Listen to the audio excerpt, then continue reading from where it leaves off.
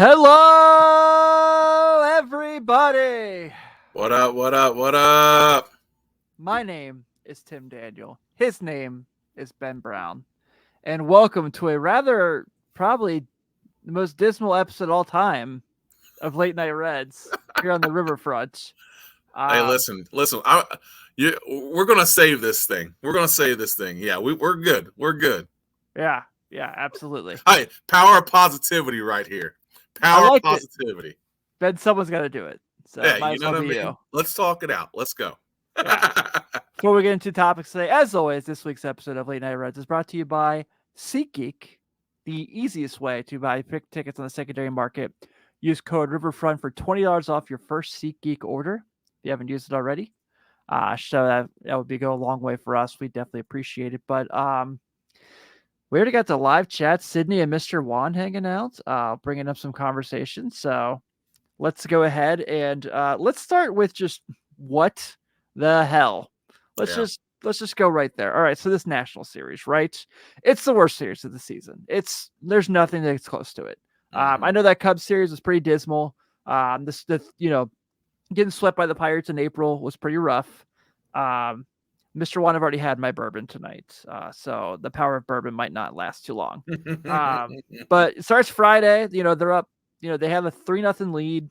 It's cuts to 3-1 in the 8th inning. Graham Ashcraft looks awesome, for most of the game, and then kind of just like loses it in the 8th inning. The 3-3 game. What up, Branch? How you doing, my friend? And then of course Saturday, it looks like they might get no hit for a while. I'm like, oh boy. And then today, poor Lyon Thompson's first 2 pitches of his big league career gives up homers. Yeah. But I thought recovered pretty well from there Yeah. for the most part. And then from there, they go ahead and they bring in old Buck Farmer, who I think Buck. I'm about. This might not be fair. Say it. Get it out. We're talking it out here. Yeah, I think I'm about done with Buck Farmer. Yeah. I think I'm about done. And I'm not here to say like he's awful or this and that, but he certainly should not be one of your better options in a bullpen, a major league bullpen. And that's not his fault. Don't get me wrong. I'm not trying to say that, but it's like when he comes in these games, and I'm sure there's probably some stats that say I'm wrong here, but it feels like anytime I see Buck Farmer come into like a high leverage game where it's like a 1-run game and he's going to be here and we have to keep it pat so we can get the bats back up in there. It's like Ian Gibaut. When Ian Gibaut comes in and there's runners on base, you're like, he's inheriting runners. You're like, that guy's scoring. But when Ian Gibaut comes on, there's no runners on. It's like, is that Mariano Rivera? Yeah. So I'm sure like the trade deadline conversation is going to come up here throughout this conversation. But I feel like the trade deadline issues of not making like a big move here necessarily are just really more or less magnified because of how the teams played since the deadline. Yeah. That's not to say I definitely thought they should have went out and got a starter. Maybe Verlander was shooting for the stars and probably would have cost them a lot, obviously. But I mean, like if you look at like what Philly gave up for Michael Lorenzen, it was one guy. Yeah. Like the Reds don't have one guy they could have given up for like a decent starter to hold them over. Man, and I'm annoyed by that, sure. But, every Reds podcast is talking about that. And I feel like for how hard this team has worked, how hard they've played all year, all the effort they've put in, I feel like they deserved reinforcements. No, yeah, I would agree with that 100%. And I think that is one of the major talks of discussion is the lack of movement at the trade deadline. There were several starters that were mentioned that we could have at least tried to make a move for. There are a couple guys in the actually I know we're going to talk about this later, but Mo has been actually really good. There's a couple other guys that could have been possible moves, but to try to be a little bit of a positive here, like we're still only a 1.5 games out of the Central. I mean, I mean, even as dismal as the Cubs series was, and as dismal as this National Series was, we're still only a game and a half out. And we still have guys that are on the way. I was very disappointed we did not make a move. And truth be told, I think that the guys in the clubhouse were disappointed that they didn't make a move, because when you stand pat like that, it almost tells you, like, it almost tells the guys in the clubhouse, like, we think you might be okay, but we don't have full faith in you. And I like I said, I'm not in that clubhouse. I don't know.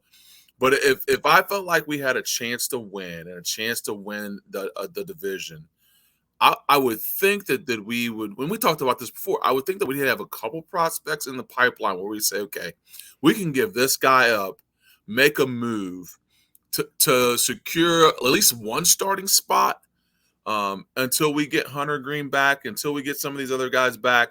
But man, to not do anything besides just bring in Mull, who's actually been played really well and pitched really well, Yeah. to only do that, like, I think that in that clubhouse, there has to be a feeling of, no, I don't want to say lack of support. That's a bad word, but like, I don't even know how to put it, because I don't want to say it's a lack of belief either. But it's like, Yeah. why not support the team that's rolling and has an opportunity to be in the playoffs and bring them what they need? Like, we all expect, like, I didn't expect it to get this bad, but we all expected a lull in the season. These guys are young. They have a lot of rookies playing, a lot of guys that are pitching in their first major league year. Like, we knew that this lull was going to come. This is the perfect spot to have a veteran in your rotation that can stop a run, that can do the things that you need them to do in order to be competitive late into the season. So on that end, yeah, it was a little frustrating on that part. Yeah, because I saw Alex Young said that, he's like, well, obviously, like, David and Nick believe in this team, and that's why they didn't get. They think we can do it. And it's like, I don't know if it's the truth. Yeah. A part of me feels like maybe the front. And I'm not trying to insult the front office. I am not going down that. I'm not doing that. No. I will say, I think they held the major league team high and dry. I will say that I think that they could have done better by the guys in the field. Yeah. Branch said a great comment just now. Not all the shortstops could be able to play shortstop at the same time. Right. Exactly. I don't know if you could have hit that more on the head in that moment. Yeah. But like, to be like, and I appreciate to an extent, hey, Nick Lodolo and Hunter Green are coming back, and that's what they're banking on. But dude, like, what do we know those guys are going to be? Like, I have all the faith in the world in those two. But like, they haven't pitched in months, literally months. Neither of those guys have pitched with Elly De La Cruz and Christian Encarnacion Strand in the lineup yet. I mean, just that, it's kind of wild to think about. But also, I feel like it's just something where, we have this conversation we hear this from them all the time. We were close and we were in conversations, but it's just, we didn't like the offer, the price point. It's like, and I understand, look, there's a lot of people, and, Red's Twitter, Red's X, whatever the hell we want to call this thing now, has been a nightmare this week. It's literally just been like two sides just bitching at each other nonstop. And like, I literally had to like delete the app for a couple hours the other day, which is not a lot. I'm not trying to like say woe is me. But this like, well, there's the people that's like, they should have made a trade because how often are you going to have this opportunity? Yes. They shouldn't have made a trade because they do have this farm system they've done a really good job building up. Yes. I get that. But like, the point I've been making, and when why I thought they should have made a move, and everyone's like, they're going to be fine for years to come. They're going to be okay. Like, let's just look at the playoff bracket from the 2022 MLB playoffs. Okay. The Cleveland Guardians won the AL Central. Not in the running. Actually traded a bunch of guys away. Yeah. The New York Yankees are in last place in the American League East. Made the playoffs last year. The Seattle Mariners were in the playoffs last year. Not in contention right now. Let's go to the National League. The Cardinals won the Central. We saw what they just did. The Mets won 100 games last year, Mm-hmm. and they just traded off like 13 guys. Yep. That's an exaggeration. And then, of course, the Padres were a game away from, we're, a round away from playing in the World Series. Mm-hmm. And we saw what they had to do. So, and you can go down this slippery slope. I understand, like, this might be more the exception than the rule here, but I don't feel like these baseball windows are like they are in the NBA or in the NFL. You know what I mean? Like, if you look at, like, Yeah. the Bengals, it's like, okay, like, if these guys all stay healthy and they can get contracts that make sense, they're going to be good for a very long time. Yep. In the NBA, it's like you get a Nikola Jokic, you get a Giannis Antetokounmpo, you get a LeBron James, you just put guys around them, your team's going to be good for a very long time. In baseball, you can put together a very good team, mm-hmm. and it could just not work. And we've Yep. seen that. Look at that, like, Jose Reyes, Hanley Ramirez, like, Miami Marlins team from 2012. Yeah. Remember that when it was like they had like a Showtime Hard Knocks baseball show? Yep. Yeah. And it was like, we canceled that middle of the year because we found out they were trading everybody. Yeah. Yep. No, I think you're spot on that, because and the reason why that point is so factual is that the rosters of hitters and batters and fielders are all important. But bro, if you do not have consistent pitching, none of that matters. None of that matters. Like, you can go back to, like, your favorite NFL team. Like, you could have all the guys that you want, but if you don't have a consistent quarterback, a guy that can lead your team, then you're going to struggle. And it's the same way in baseball. I mean, look at the Padres. Like we talked about the Padres, Tatis, Machado, like, all these guys are in their line. What, Soto? Like, you had all these guys in your lineup. You still have yet to been to a World Series. Baseball is so finite, and so it's such a finite time.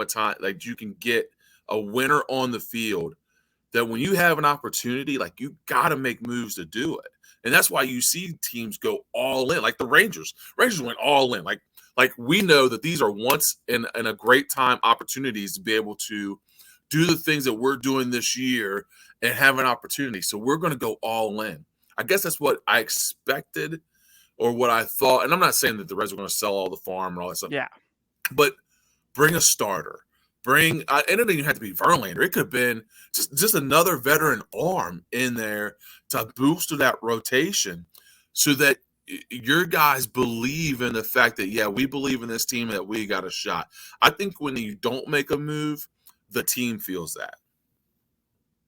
Yeah.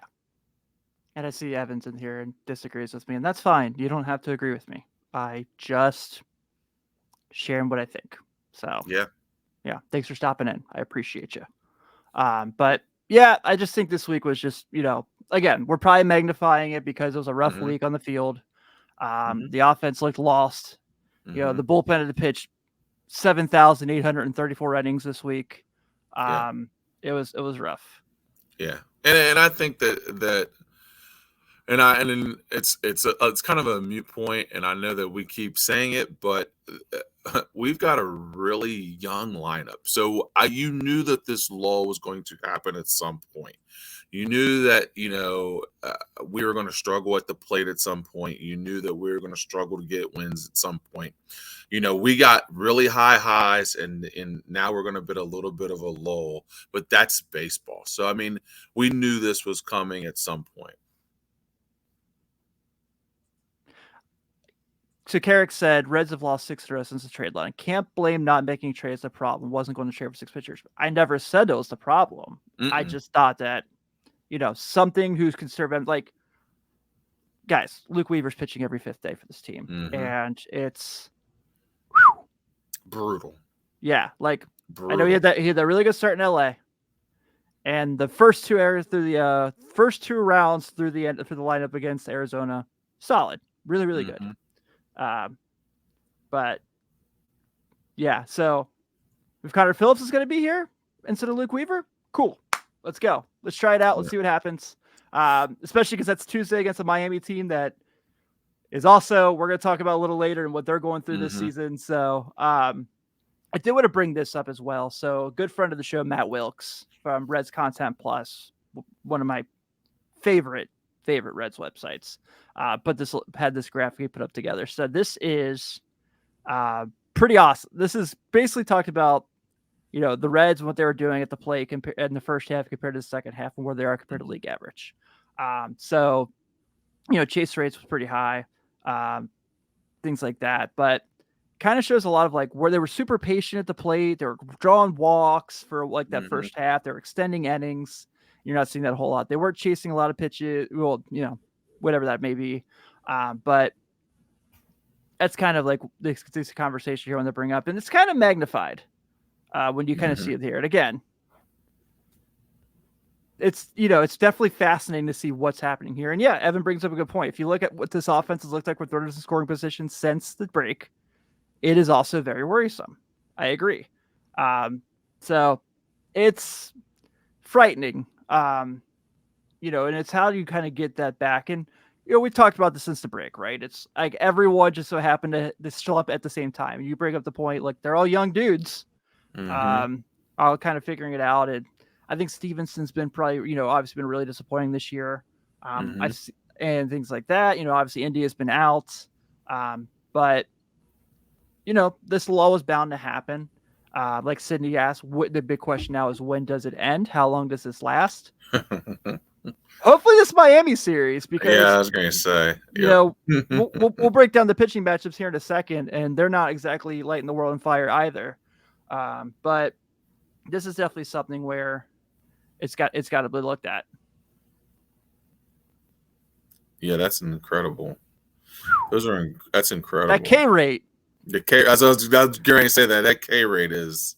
So for those who are live with us and are listening later, or like on the car ride, the second half, the Reds K percentage is 27%. The league average is 22.7%. The league average on chase rate is 31.8. The Reds are just above that at 32.1. They're 2% under the league average on walks. Yeah.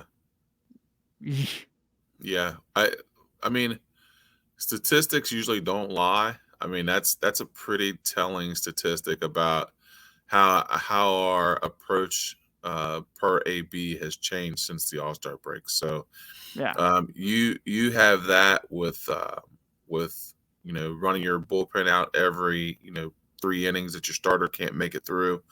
That's going to lead to a lot of losses. So I mean, they correlate with one another. Yeah, for sure. It's just kind of one of those things where, like I would like to see them. Obviously, everyone wants. It's easy to say, like, I'd really like to see them be good at the plate again. Like, no shit, everyone. Right.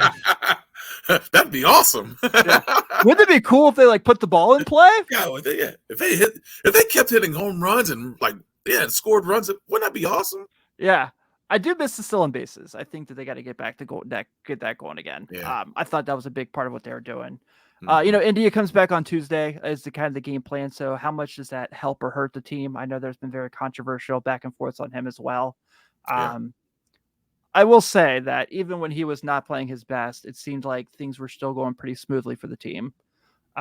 So hopefully he's kind of a spark that comes back for them. I'm not going to make any promises, but the Jake Fraley thing too, all of a sudden it's like, he's not in the lineup, and it's like, oh, he's not even in the dugout on Friday. And because they were, I know they were going against Patrick Corbin, but the Will Benson thing, I know that was pretty controversial this week.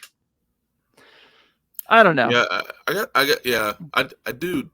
I was wondering about, I think I sent you a text about some of our lineup stuff. Like what, trying to figure out what we're trying to accomplish. And I know some of it's pitching matchups, but like, taking at bats away from like Benson and like, what are we trying to do? What do we, I don't know. Yeah. Like, I mean, look, I've been, I love Nick Senzel, but he should not be batting above Will Benson against the right-handed pitching. Like, I understand they're short guys, but that should not be happening. Yeah. Especially without Jake Fraley. But yeah, it's just kind of looks like TJ Friedl's kind of swung the bat pretty well the last couple days. I like that still on base yet today. That was nice. Yeah. But that's kind of where they're at. Let's talk about Sam Moll, because that's obviously the move they did make. And he's had 3 outings now for the Reds. So far, has gone 1 1/3 in all of them. So overall, 4 innings pitched, 7 strikeouts, 2 hits. Stuff looks pretty solid. This is the left-hander they needed so far, I should say. I think he's always been really solid for them. I think it was a good move. Obviously, I made the joke when they started losing. I was like, did Sam Moll ruin the vibes? Because everyone was all like, when Joey was coming back, everyone was like, is Joey going to ruin the vibes coming to the clubhouse? And I don't know. I popped myself on some of my stupid jokes, so cut me some slack. But Moll's been really good. I think he's played the role he's needed to play. Today was really solid, obviously. In those 2 Cubs games, he pitched pretty well. I know one of them was 20-9, so it probably didn't matter as much. But still, I think, so far, thumbs up for what we've seen from him. So it's been nice to have. I think Alex Young's appreciated it. Though Alex Young left the game today early with it looks like with an injury. So hopefully Sam Moll is not going to be pitching the way Alex Young was for a while, but we'll see. I hope not. Let's hope. Yeah. Oh man. Yeah, I think we should just go ahead and bury the trade deadline thing. I think we said it. Everyone said everything. No one can say anything different at this point. Yeah. There's no one's gonna have a different opinion of anything's been said. So yeah, and it's done. What's done is done. You know what I mean? Yeah. There's nothing we can do about it now and move forward. Yeah. So I did see Evan mentioned earlier. It looks like Connor Phillips was scratched today, and he was projected starter. So if he is indeed pitching on Tuesday instead of Luke Weaver, I'm very excited. Yeah. Yeah. And then also I saw, Sydney mentioned she would see TJ Hopkins get a start tomorrow before he's sent down when inning is back on Tuesday. I agree. I want to see what he can do. I mean, I think he's always looked solid in Louisville. So let's kind of see where we go from there. But yeah, I would like to see that. So speaking of Louisville, by the way, 6-game sweep this week for the Bats. Yeah. Very nice. Love to see it. Yesterday, we saw some of the 3 of the guys on rehab assignments get an outing for the Bats as Hunter Green made his first rehab start. So he went 2 1/3, had a hit with an earned run, a walk and a strikeout. It wasn't a homer.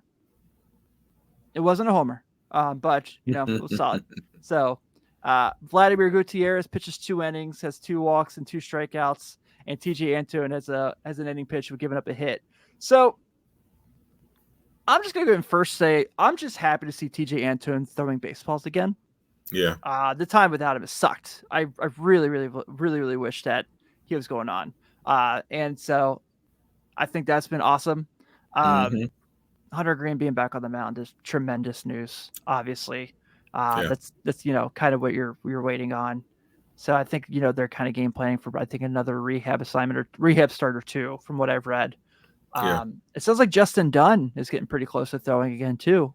So it sounds like the reinforcements might be on the way. Should I get the Robin Williams, Mrs. Doubtfire clip? Should that be the next clip we like? The help is on the way, dear. Yeah. Branch says it right. Hunter can't get back fast enough. I agree. Carrick brings up Jose Barrero has been crushing it in Louisville. So once again, Carrick mentioned Jose Barrero. So you know what that means. Just let your soul go. Just let it shine through. Just let your soul go, baby. Feeling oh so silky smooth. Just let it shine through. Just let your soul. Love it. Awesome. oh, we got it on loop. Nope. Stop it. Live podcast, folks. Things get wild. Barrero has been really good in Louisville, by the way. Yeah. But Carrick also asks, when all these guys come back, who the hell goes off the 40-man roster? Yeah. That's a Nick Krall decision to be made that I don't have to make. So, lot of names there. I'm excited to see what Hunter does in this next start. See when they ramp him up a little more, how many more pitches he gets. But all positive signs. I was gonna say I would assume he'll get a couple more starts down there, because I think his next start they'll ramp him up a little bit more, and then that following start, I think he'll get one more start in Louisville where they'll really see where he's at and then go from there. But Yeah. it'll be interesting to see. Yeah, but I mean, we talked about TJ Hopkins. A lot of with the offense doing the things it's doing too, like a lot of guys are making cases to be up here right now. And Barrero's for sure one of them. Hit another tank yesterday. Mm-hmm. I swear to God, I know he's played well, but no one tell me that Alejo Lopez needs to be on the big league roster. We don't need to go through this again. He might be better than Kevin Newman right now. Who is it? Someone said the other day, Kevin Newman against right-handed pitching since like June has been like 3 for 28. Something wild like that. Ooh. Rough. Yeah, not very good. How about JDV hitting another tank today? Yeah. Yeah. Oppo at that. A vintage Joey Homer. Yeah. Was pretty fun. Yeah. Checky Robinson's name's coming up. Do you think that Luke Maile should just go ahead and be added to the bullpen when Kirk Casale's healthy? Yes. Why not? Poor guy just had to wear it, Yeah. I mean, I know that's the job. That's the job when a position player comes in. Yeah. But yeah. So Branch is reporting. Good friend of the show, Doug Gray, says that Hunter Green is working on a new pitch, and Sydney says he's working on a cutter. Imagine 100-mile-an-hour four-seamer that you mix in a cutter. To go with the slider. That's dangerous. Yeah. That's real dangerous. It is. Sydney asks, where is Alex Blandino? Is that like the new Carmen Sandiego? Where in the world is Alex Blandino? I pulled him up recently for something on Baseball Reference. I can't remember what it was, but yeah, that was a name I totally want to forget about forever. So let's talk real quick about the man who deemed this team America's team, Jonathan India. Mm-hmm. So India is looks like, as of the report that Jim Day had today during the game, is they're planning on him being back as long as everything goes well on Tuesday. And I think this will be great for them. Obviously, with the way the offense has gone, you need as many hitters as possible. I know. He has not been offensively what we wanted him to be this year, but there are places where he can still be very, very solid for this team. I think that, just kind of getting your guys back is probably going to lift the spirits alone. Yeah. So all these reinforcements and things like that, like we said, but I really feel like with India that, even if he's not having his best statistical season, the team is better with him around. Yeah. I know he's a rough defender at second base. I know that that's not fun to watch at all. But, he has a knack for, getting people fired up, getting the crowd into games with things he does. So I'm excited to have Indy back. I'm excited to share my Indiana Jones gif again anytime he hits a home run. So yeah, bring me back Jonathan India. Let's see if he can kind of finish the season on a high note while they're in the race. Yeah, I think that you bring up a great point. Anytime you can get your guys back, like we said, he hasn't been where he has been in the previous years statistically, but he is, to me, he is the captain of that team. I mean, of course, he does not wear a C, but he is the captain of that team. He's kind of the heart and soul of that team. We talked about it before. He dubbed them America's team, Captain America. Like, he just brings that kind of flair and bravado kind of back to that dugout. So to get him back, whether he's statistically good or not, I think it's good for what he does for the ball club in the dugout. I agree.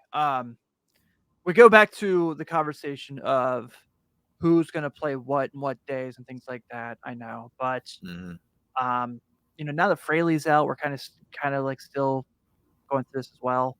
So it's going to be really, really fascinating when India's back. How many games will he DH? How many games will he be at second? Matt McClain at second, because obviously he's played pretty well there while India's been out.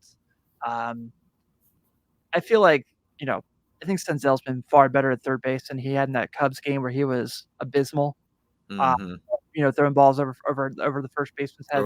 Right. I don't know if Steer's necessarily a good left fielder, but I think I appreciate that he can at least fill in, and Hmm. especially with everything they're going through. Benson's probably gonna play a lot of right field while Fraley's Yeah. out. So, um, I'm fascinated by this. Does Barrero come up and be a guy off the bench that can also help out in center field? Yeah. Then again, TJ Friedel, both left and right-handed pitching, not doing too bad. Yeah. So I mean, it's the same thing we talked about before. This roster is still incredibly deep. They're incredibly young. They're incredibly talented.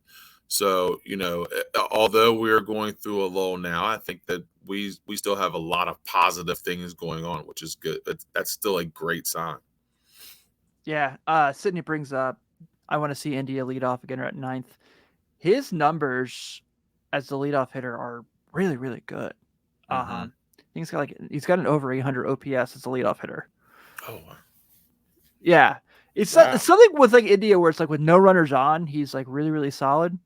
I don't have the exact numbers ahead of me, but yeah, as a leadoff hitter, like he's been fascinating. I know Mr. Juan mentioned earlier on the show that he doesn't think Ellie should be leading off anymore, just because he's hitting leadoff homers with no one on, but he's Right. also striking out a little bit too much. Are you worried about that? Because I feel like, yeah, he is striking out a lot, but I also feel like the whole team's striking out a lot, and he's just magnified because he's Ellie De La Cruz. Yeah. I'm not too concerned about it. I mean, he struck out a lot in Louisville, but right. Yeah. And this is gonna sound crazy, but it's still a learning process, man. Like the guy is young. You put him in the leadoff, and no matter what you say, batting leadoff is a skill. Like it is a definite skill set. It's a definite. Guys get paid a lot of money. Ricky Henderson got paid a lot of money to be a leadoff hitter for a lot of years. Tim Rock Reigns got paid a lot of money to be a leadoff hitter for a lot of years. That is a skill set. So, learning how to attack each at bat as a leadoff hitter, you're going to have lulls where you strike out a lot or you don't make a whole lot of contact just because it is a skill set.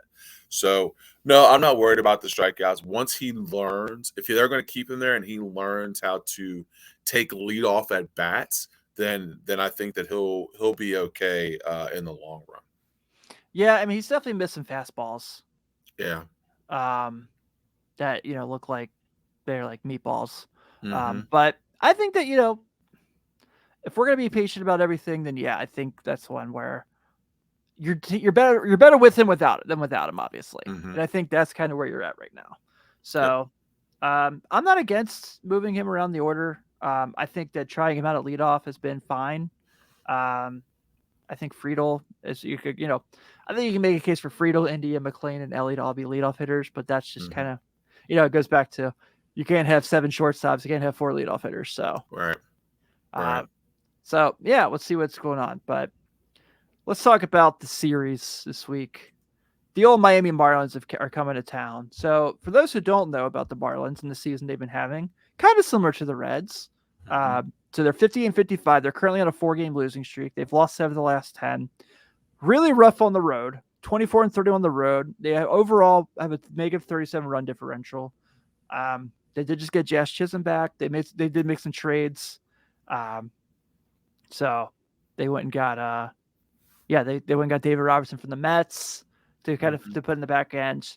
A team that really, as a kind of a fan base that really wants see things going on. But Monday you got Brandon Williams against Yuri Perez. Yuri Perez has been very good. Tuesday sounds like it could very well be Connor Phillips instead of Luke Weaver from Conversations going against Braxton Garrett. Garrett's a guy who's been pretty solid. I think he had the one Marlins win in the Red Series in May when the Reds took 2 out of 3. So you can see that going on there. And then Wednesday, oh yeah, they got Jake Berger too. Thank you for reminding me, City, because he got his own burger in the concession stand already. Did you see that whole report? Mm-hmm. Solid. You lead the White Sox, you get a burger, right? But hey, Wednesday, old friend Johnny comes back to town. That's crazy to think about. Yeah. He's been hurt quite a bit this year. Yeah. But so he'll be back on the mound against GPP. I remember the last game he pitched here was when he was with the Giants. It's a game I never want to remember ever again because it was like a getaway day Wednesday afternoon. It was one of those YouTube games where Danny Grace was doing the broadcast. And I think the Giants won 14-3. It was yeah, it was a game I never want to remember ever again. But I always love when Johnny Cueto comes to town. Reds Hall of Famer, one of the, maybe the best Red starter in my lifetime. So good to see him there.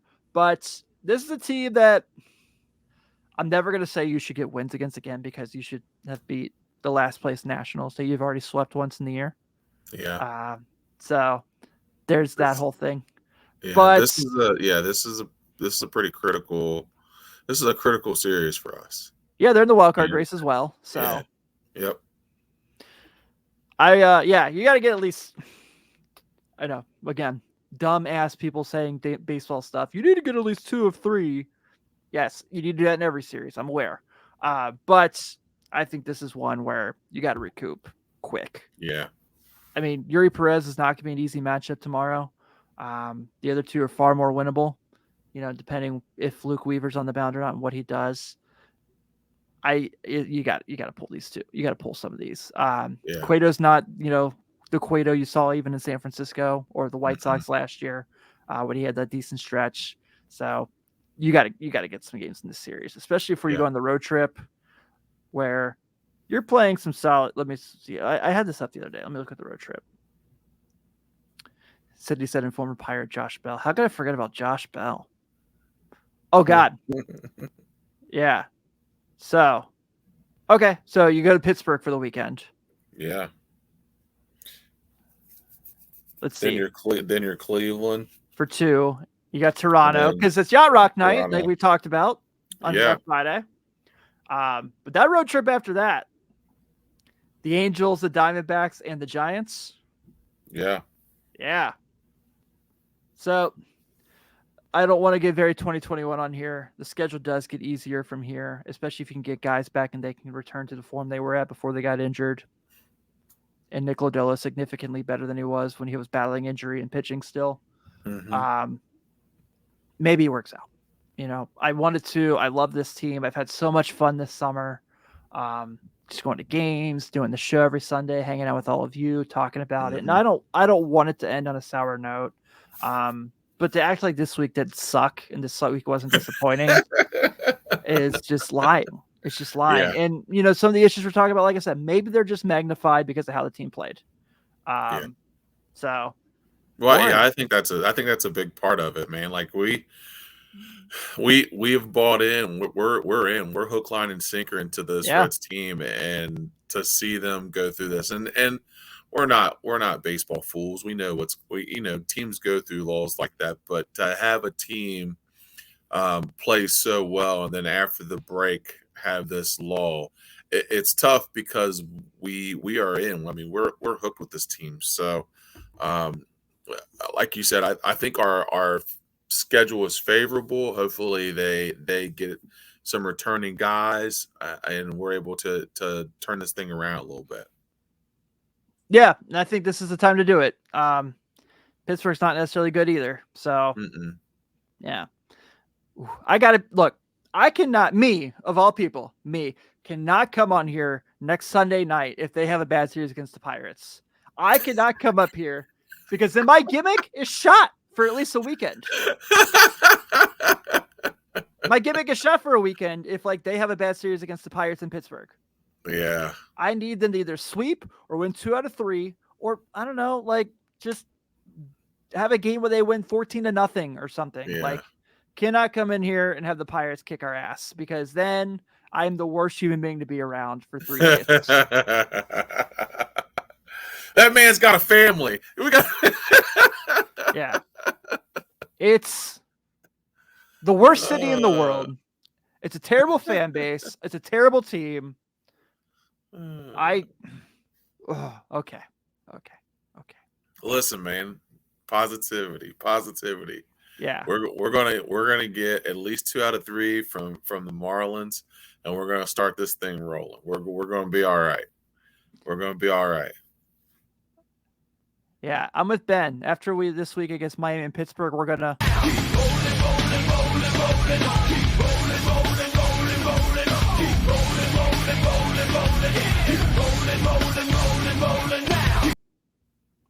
I like it. I haven't played that in a while. We've been having some,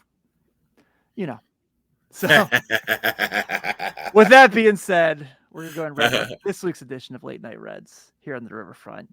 And if Pat McGooch listens to this later, Pat, I noticed you weren't here this week. We missed you. We missed you. Absolutely. We need to have you back next week after we destroy the Marlins and the Pirates and get this thing going again. Look, we're only 6 games away from covering the over-under. Only 6 wins away. Yeah. So I need that because I bet that ticket.